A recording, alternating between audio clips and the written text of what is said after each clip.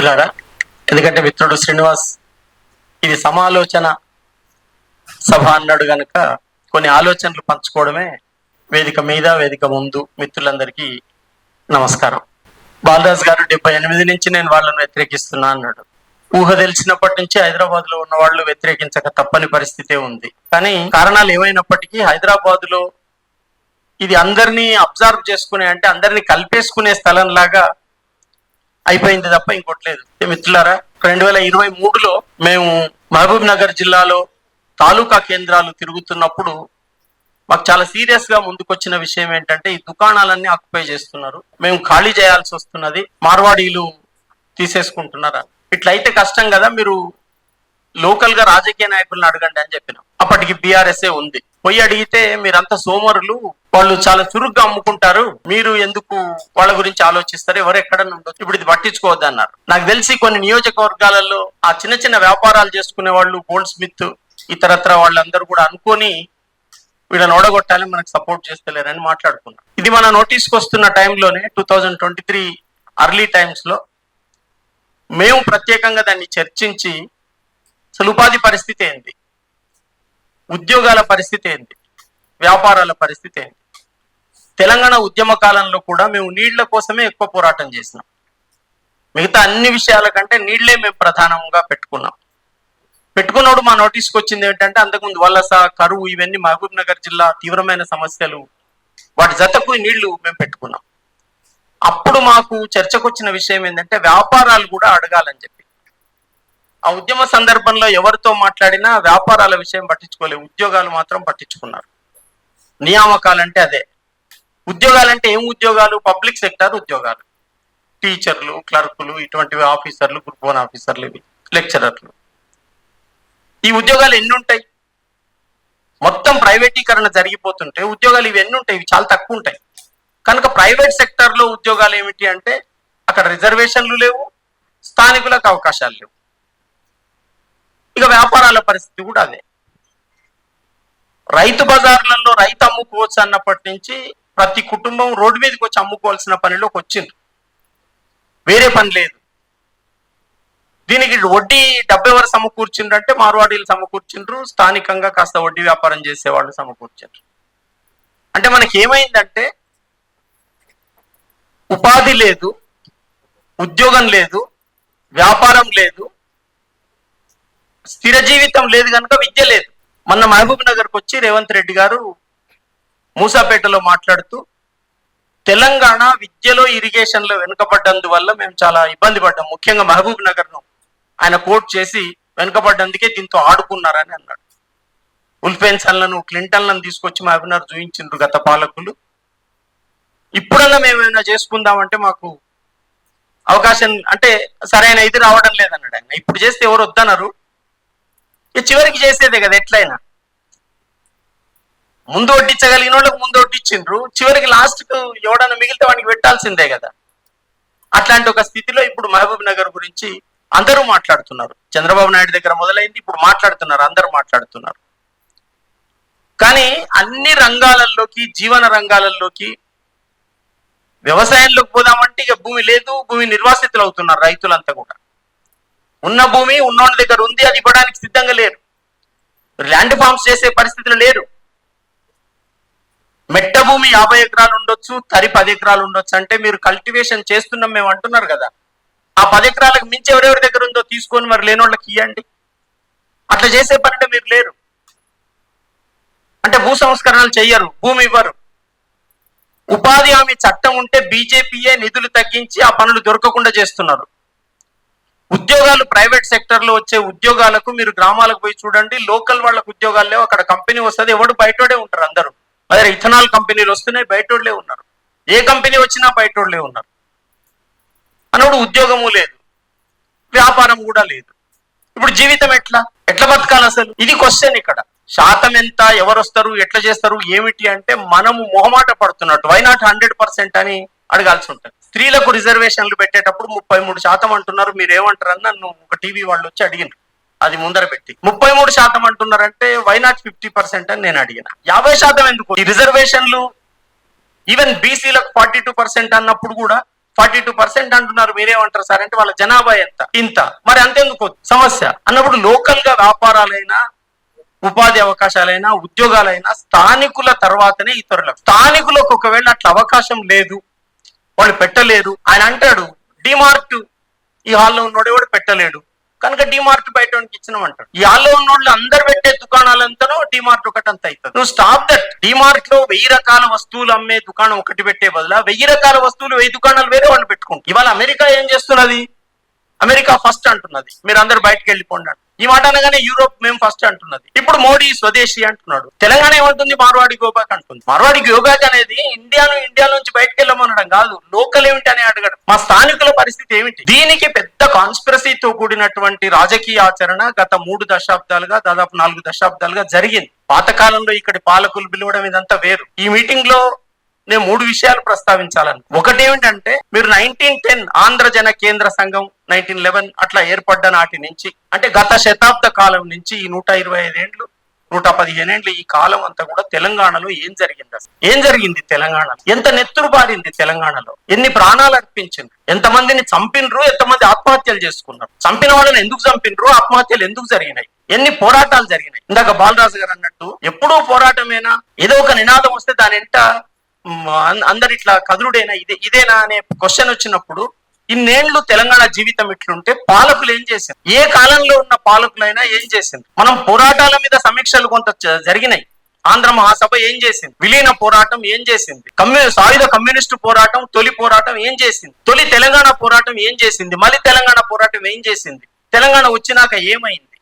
ఈ పోరాటాల మీద కొంత సమీక్షలు చర్చలు జరిగినాయి. కానీ ఈ కాలపు పాలక వర్గాల ద్రోహం ఎక్స్పోజ్ కావాల్సినంత ఎక్స్పోజ్ కావాలి. ప్రతివాడు అభివృద్ధి అనేది మతం కంటే చాలా డేంజర్ గా అభివృద్ధి అనే మాటను ఉపయోగించి మనల్ని దెబ్బ కొడితే మనకు అది అర్థమే కాలేదు. ఇది అసలు ఈ 100 ఏండ్లు 120 ఏండ్లు తెలంగాణలో ఏం జరిగింది అనేది. ఈ 125 ఏండ్లే కదా. ఆర్ఎస్ఎస్ పుట్టిందైనా ఈ కాలమే, కమ్యూనిస్ట్ పోరాటం పుట్టిందైనా ఈ కాలమే. తెలంగాణ ఒక గౌరవం అన్నాడు కదా శ్రీనివాస్, తెలంగాణ ఒక దిశానిర్దేశం అన్నాడు కదా, తెలంగాణ ఒక దార్శనికత అన్నాడు కదా. ఇంత దార్శనికత ఇచ్చిన తెలంగాణ తన కోసం తాను ఏమి చేసుకోలేకపోయింది. దీనిని వాస్తవంగా ఈ 125 ఏండ్ల తెలంగాణను తెలంగాణ సమాజం ముందర చర్చకు పెట్టుకోవాల్సిన అవసరం ఉంది. మనం నాన్ముల్కి గోబ్యాక్ అని ఆ రోజు అన్ననాడు ఎవరు వేరే రకంగా మాట్లాడలే గానీ, ఇవాళ మార్వాడి గోబ్యాక్ అంటే ఆంధ్ర ప్రాంతంలోనే ఏం చర్చ జరుగుతుందంటే, అక్కడ తడి ఆరిపోలేదు. ఇంకా 2 రాష్ట్రాలు కావడం కోసం చేసిన పోరాటంలో వాళ్ళు క్రియాత్మకంగా తమకేం కావాలని కాకుండా తాము విడిపోము అనే పోరాటం చేయడం వల్ల, కలిసి ఉంటాం అనే పోరాటం చేయడం వల్ల వాళ్లకు ఏమిటి అనేది అర్థం కాలేదు. ఇప్పుడు ఆంధ్ర ప్రాంతంలో కొందరు అవకాశవాదంగా ఆలోచించే వాళ్ళు ఇతరులు ఏమంటున్నారంటే, తెలంగాణకి ఎప్పుడు ఒక శత్రువు కావాలి, ఎప్పుడేదో ఇటువంటిది ఒకటి ఉండాలి, ఇది ఏం పద్ధతి వీళ్ళది, ఇదేనా అని అంటున్నారు. దీని జతకే ఒక డిఫెన్స్ లోకి ఏం పడేస్తున్నారంటే, మనం దేశం కదయ్యా, దేశవాస్తులు అందరూ దేశంలో ఎక్కడైనా ఉంటారు కదా, ఎక్కడైనా వ్యాపారం చేసుకుంటారు కదా. ఇక్కడ గత ఉద్యమాలలో చాలా జవాబులు ఉన్నాయి. కశ్మీర్ లో 370 రద్దు చేసేదాకా ఎవడంటే వాడు వ్యాపారం చేసే అవకాశం లేదు కదా. ఆర్టికల్ 371 ఇక్కడ ఉంటే ఎవడంటే వాడు ఇక్కడ భూములు కొనుక్కోవడానికి లేదనే ఆంక్షలు ఉండినాయి కదా. పెద్ద మనుషుల ఒప్పందాలు ఇవన్నీ ఏమిటి? అసలు తెలంగాణ ఆంధ్ర కలిస్తే నీళ్లు పోతాయన్నాం మనం, తెలంగాణ ఆంధ్ర కలిస్తే భూములు పోతాయన్నాం, ఉద్యోగాలు ఇప్పటికే పోయినాయి పోతాయన్నాం. అవే ఆ చరిత్ర అంతా ఉంది కదా. ఆ చరిత్ర లేకపోతే ఇవాళ మార్వాడి గోబ్యాక్ అనగానే ఎవరు కనెక్ట్ కారు. డిగ్రీలు చదువుకున్నోళ్ళు పాండపాలు పెట్టుకున్న పరిస్థితి ఏమిటి? ఇక్కడ వాళ్ళకు ఉద్యోగాలు లేకపోవడం ఏంటంటే బయటోడు వచ్చి ఉద్యోగం చేయడం ఏంటి? మన ఎవరు మాట్లాడుతున్నారు, వాళ్ళ కంటోన్మెంట్ ఏరియాలంతా కూడా మార్వాడీలు ఆక్యుపై చేసింది. ఆ రోజు ఆర్మీ వాళ్ళు వచ్చి ఎవరో ఉన్నారు, ఇవాళ కంటోన్మెంట్. అంటే ఇది ఎక్కడెక్కడ ఏమున్నది? వాళ్ళు మొట్టమొదటి ఎట్లా వచ్చినారంటే, ఈ 3.5 దశాబ్దాలు మనం చూసుకుంటే, రియల్ ఎస్టేట్ ఎప్పుడైతే ఇక్కడ పెద్ద ఎత్తున వచ్చిందో, ఆ రియల్ ఎస్టేట్ రావడానికి అవసరమైన సన్నాహాలు రాజశేఖర రెడ్డి పీరియడ్ లో వచ్చిన ల్యాండ్ భూమి ఏదైతుందో ఆ భూమి వెనుక మార్వాడీలు ఉన్నారు, క్యాపిటల్ పోగేసుకున్న వాళ్ళు ఉన్నారు. వ్యాపారం చేసే వాడి దగ్గరనే కొంచెం క్యాపిటల్ ఉంటది.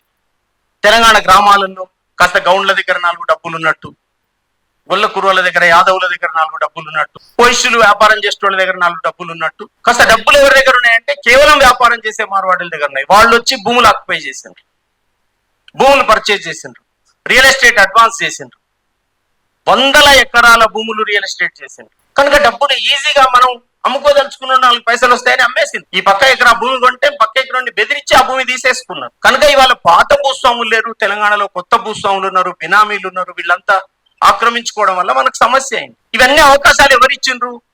ఇందాక మనం ఏ పాలక వర్గాన్ని అయితే మనం ఎక్స్పోజ్ చేయకుండా వాళ్ళు చేసిన ద్రోహాన్ని, ఉద్యమాల మీద వెయ్యి మాట్లాడినాం మనం, కానీ ఆయా కాలాల పాలక వర్గాలు ఏం ద్రోహం చేసినాయో మాట్లాడలేదు. సరిగ్గా అదే ఈ తెలంగాణ వచ్చినాక 9.5 ఏళ్ళు కూడా మాట్లాడలేదు. ఇప్పుడు 2 ఏళ్ళు కూడా మనం మాట్లాడట్లేదు.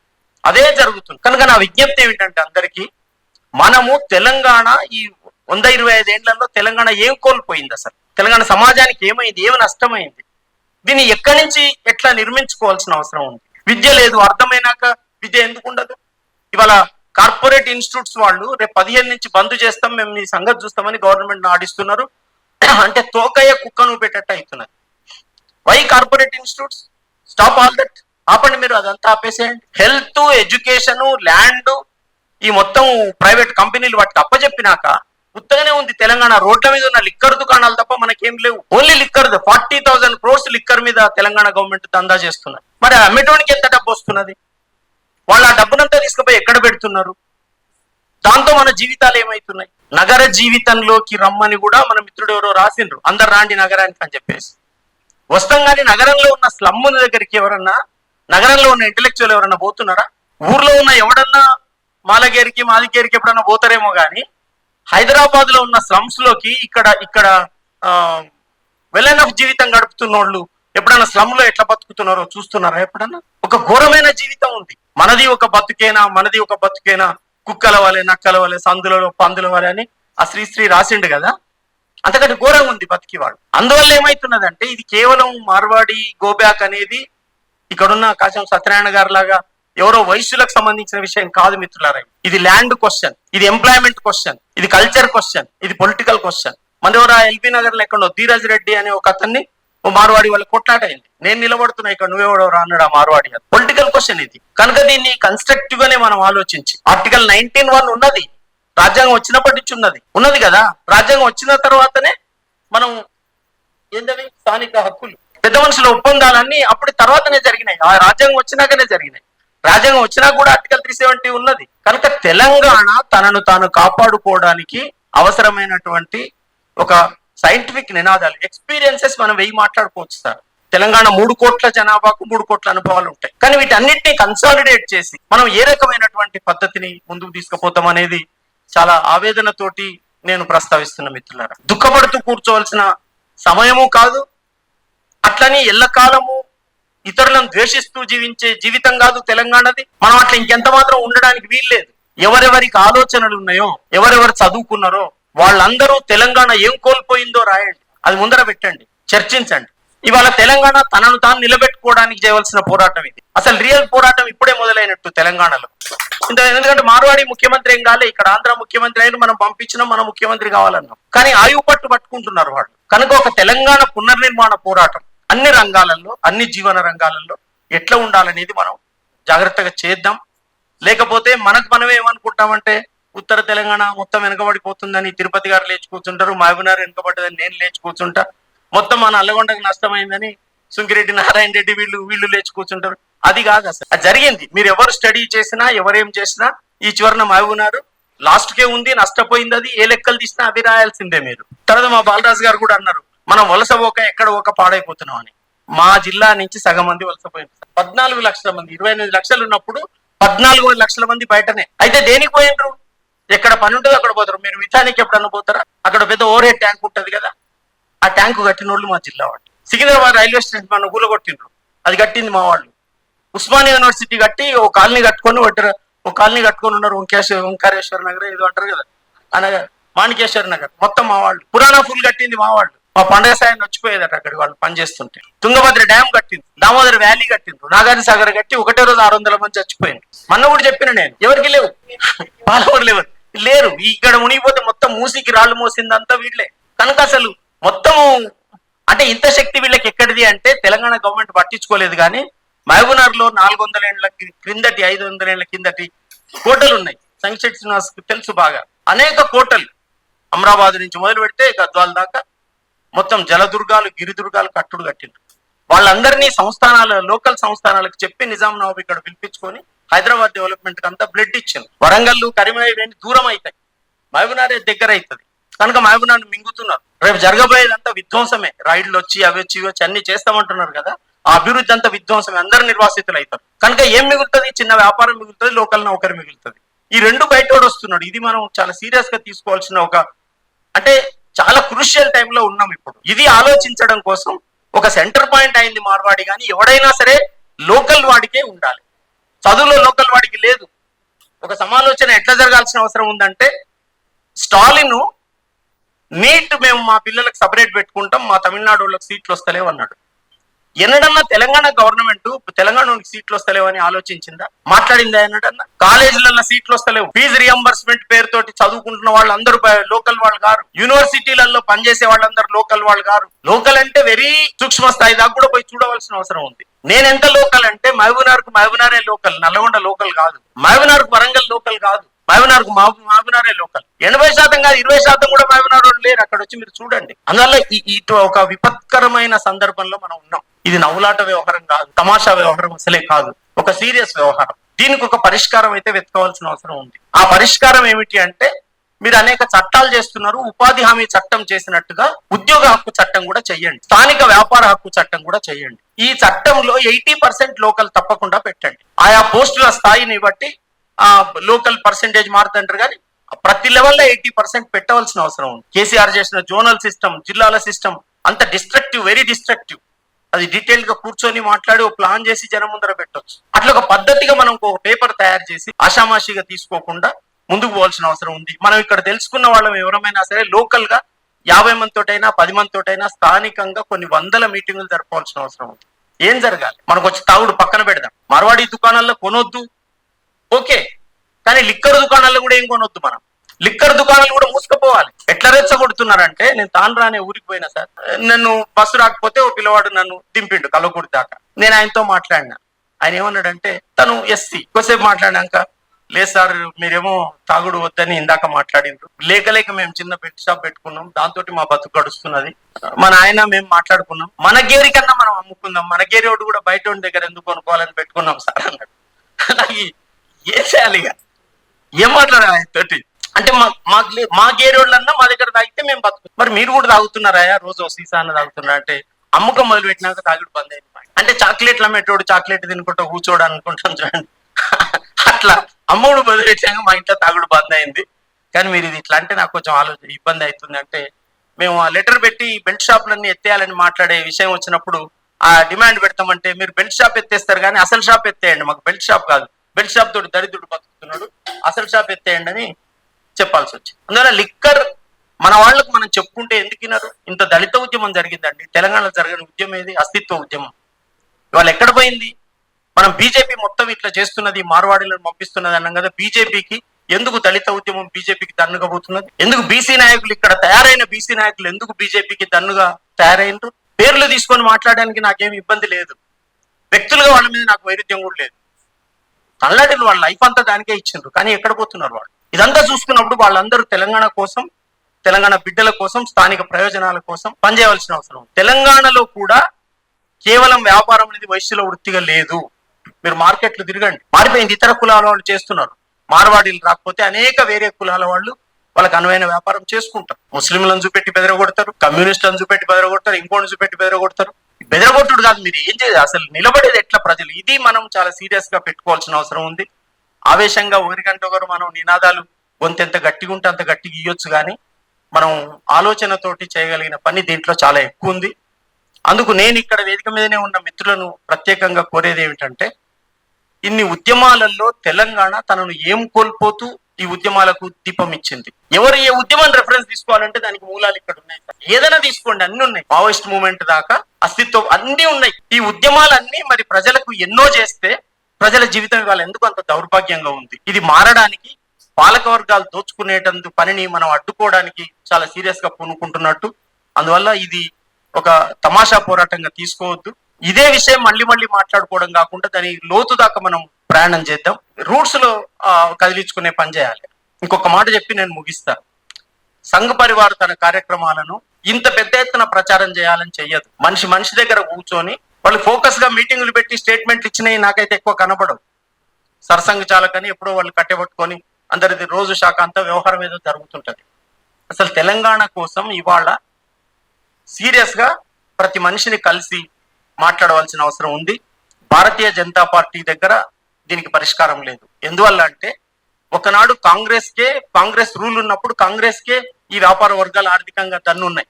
ఎప్పుడైతే ప్రాంతీయ పార్టీలు పెరుగుతూ పాలిటిక్స్ మారుతూ నూతన ఆర్థిక విధానాలు వచ్చే క్రమంలో వాళ్ళు బీజేపీని ఆశ్రయించారు. ఇవాళ బీజేపీకి వేల కోట్ల రూపాయలు ఈ రిచెస్ట్ ఫోర్సెస్ ఇస్తున్నాయి. దాంట్లో మార్వాడీలది పులివాట. కనుక వాళ్ళు కల్చరల్ గా, పొలిటికల్ గా, ఫైనాన్షియల్ గా పవర్ పార్టీకి అండగా ఉన్నారు. రేపు మళ్ళీ కూడా బీజేపీ గెలవచ్చు సెంటర్ లో ఈ మొత్తం ఫోర్సెస్ వల్ల. కానీ మన జీవితాలు ఉండాలి కదా మనకు. ఆ బేస్ క్వశ్చన్ మనం తీసుకొని పోయినప్పుడు వాళ్ళు ఎక్కడో ఉండొచ్చు. వాళ్ళు అక్కడనే ఎన్ని పనులన్నా చేసుకోండి. మీరు మీ రాష్ట్రంలో అమెరికా నుంచి అందరిని ఎలగొడుతుంటారు కదా. ఎలగొట్టినట్టే మేము మా ఊరు నుంచి బయట వాళ్ళని ఎలగొడతాం. మీరు వేరే ఊర్లో ఉండండి, మీ ఊర్లో ఉండండి. మీరు మీ ఊరికి అయితే ఎక్కసం కాదు కదా. మాకు మీరు ఎక్కసమే అనే విషయం కొంచెం ఫ్రాంక్ గా, నిదానంగా, అర్థమయ్యేటట్టుగా చెప్పాల్సిన అవసరం ఉంది. ఎవడెక్కడన్నా బతకొచ్చు అనేది వేరే నీతి. నేను నీ దగ్గరకు వస్తే చిప్పలు గడగాలి, నువ్వు నా దగ్గరకు వస్తే వ్యాపారం చేయాలి, పెత్తనం చేయాలి. ఇది మారాలి. నేను నా దగ్గరనే వ్యాపారం నేను చేసుకుంటా, నువ్వు అని చెప్పవలసిన అవసరం ఉంది. అట్లా సిద్ధపడితే తప్ప మనం తెలంగాణను కాపాడుకోలేము. ఇది వ్యక్తులుగా మమ్మల్ని మేము కాపాడుకునేది కాదు. నా 20 ఏజ్ అయిపోయింది. ఇప్పుడు సంక్షేట్ సార్తో మాట్లాడుతూ ఏజ్ కనబడుతుంది, ఆ పెద్ద ఇది అనిపిస్తుంది. ముసలిగా అయిపోయిన ముచ్చట కాదు ఇది. ఇప్పుడు పుట్టుకొచ్చే పిల్లల ముచ్చట. ఇగో ఈ హాల్లో ఈ చిన్న అమ్మాయి ఉంది. వీళ్ళందరూ రేపు ఏం చేసి బతుకుతారు అనేది మనం ఆలోచించాలి. అది సీరియస్ గా ఆలోచించాలి. ఇంత అనుభవం ఉన్న తెలంగాణ సమాజం తనను తాను కాపాడుకోవడానికి ఇది ఉపయోగించాలి. ఇది ఎవరినో శత్రువుని చేసుకోవడం కొరకు కాదు, నన్ను నేను కాపాడుకోవడానికి చేసే పోరాటం అనేది మనం గట్టిగా చెప్పాలని చెప్తూ నాకు ఈ అవకాశం ఇచ్చిన మిత్రులందరికీ ధన్యవాదాలు చెప్తూ